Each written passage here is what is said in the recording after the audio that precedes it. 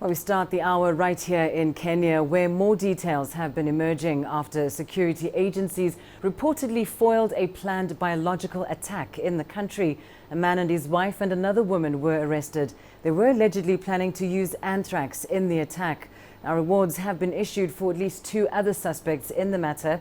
In a statement, the police said Muhammad Abdi Ali, a medical intern at a Kenyan hospital, was in charge of a, quote, terror network that reportedly stretches across Kenya, Somalia, Libya, and even as far as Syria. Police are now looking for the 2 other suspects named Ahmed Hish and Farah Dagan. Well, CCTV's Jane Keogh has been following that story very closely for us today, and she joins me now live in our studios. Jane, just talk us through the key facts that have emerged over the course of today, but in particular what these alleged terror suspects had hoped to achieve with this planned attack. Well, those details are still very much scanty, but according to the police, they're telling us that the 2 men, Ahmed Hish and Farah Dagane, are still on the run. And what they are saying is that these men are armed and dangerous. Now, again, their details, information around these men or this foiled terror attack are still scanty. But what the police are saying, they believe that these men were part of a wider network that was actually led by Muhammad Abdi Ali, who was arrested on Friday, along with 2 other suspects. What's interesting, Lindy, is that these 2 men on the run, just like Muhammad Abdi Ali, they were medical interns at a local hospital in Western Kenya. And interestingly as well, these 2 men also graduated from the Kampala International University last year. And this is the same university that Muhammad Abdi Ali, along with his wife is also in police custody at this point, they attended this university. Now, we spoke to a couple of sources, and what they told us is that an informer actually sold out the 2 suspects, or these people who are planning this anthrax attack. It was the informer who told the police about the planned attack, and what the police did is get them on their radar, and over time they were able to intercept their communication, intercept their phone calls, and these were calls that were being made from Kitale, which is where the 2 men were interns, where the 2 men on the run, where they were interns in the local hospital there.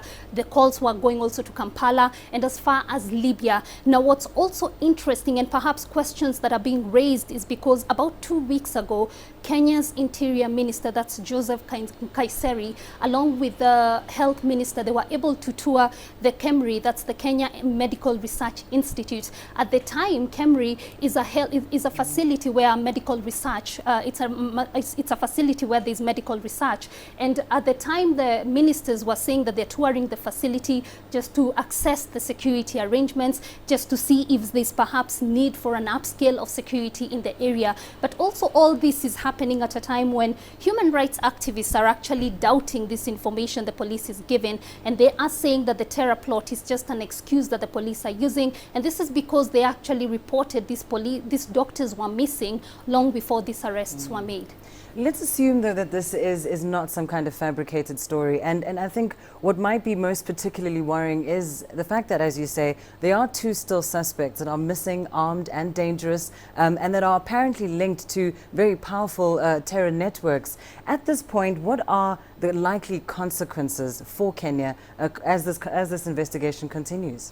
Well, it's worrying because we've got 2 men on the run. Police say they really don't know where they are. They put out poster. They've given a cash reward of about $40,000 US. But investigations, they say they are going on. Yesterday, one of the suspects who was arrested, that's Muhammad Abdi Ali, was presented in court, and the police were given about 30 days to continue with their investigations as they continue to hold him. And also the posters, perhaps they may be able to establish or give information and help people lead to their arrests. But the police are also saying that they're working with other agencies in the region to try and foil or break this terror network that they say is actually linked to ISIL. All right, we'll have to leave it there, but thanks very much for that update. Jane Keogh live for us here in studio, just informing us of those latest updates in this news that has emerged in Kenya. Now, we do know that anthrax has been used before in attacks, but what exactly do we know about it, and why might it be used as a weapon of terror? Here's CCTV's Clementine Logan with more. Anthrax is a serious infectious disease caused by the bacteria Bacillus anthracus. Although it's rare, people can get sick if they come into contact with infected animals or contaminated animal products. Now, anthrax would be one of the biological agents most likely to be used in a terror attack. And that's because its spores are easily found in nature, they can be produced in a laboratory and can last for a long time in our environment. Now, it can also be released without anyone knowing. The microscopic spores can be put into powders, sprays, food and water. It could also be released into the air, and only a small amount would be needed to infect a large number of people. Inhalation anthrax is the most serious form and can kill quickly if not treated immediately. Anthrax has been used before. In 2001, soon after the 9/11 terror attacks, letters laced with powdered anthrax spores were posted across the United States. 22 people were infected and 5 died. It was the worst biological attack in US history. Back to you. Well, let's get you more perspective on this now. We're joined live from our other Nairobi studios by Mr. Awod Otula. He is the editor of Science Africa. A warm welcome to you, Mr. Otula. We are going to lean on your scientific expertise now.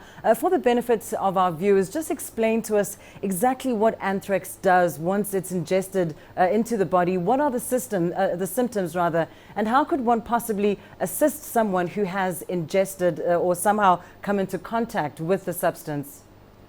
Thank you very much. First, I would want to say that this is an alarming development, especially if terrorists can have access to a biological warfare germ like anthrax, which has been used for a long time by many of the superpowers, beginning First World War. But one of the things is that it is a soil bacteria, and it affects both livestock and human beings. If you ingest it, like you always hear people eating meat that is infected by anthrax, then if you get antibiotics early enough, you can survive. If you don't, there are chances that it could get in the bloodstream, and in the bloodstream, chances of you dying are very high.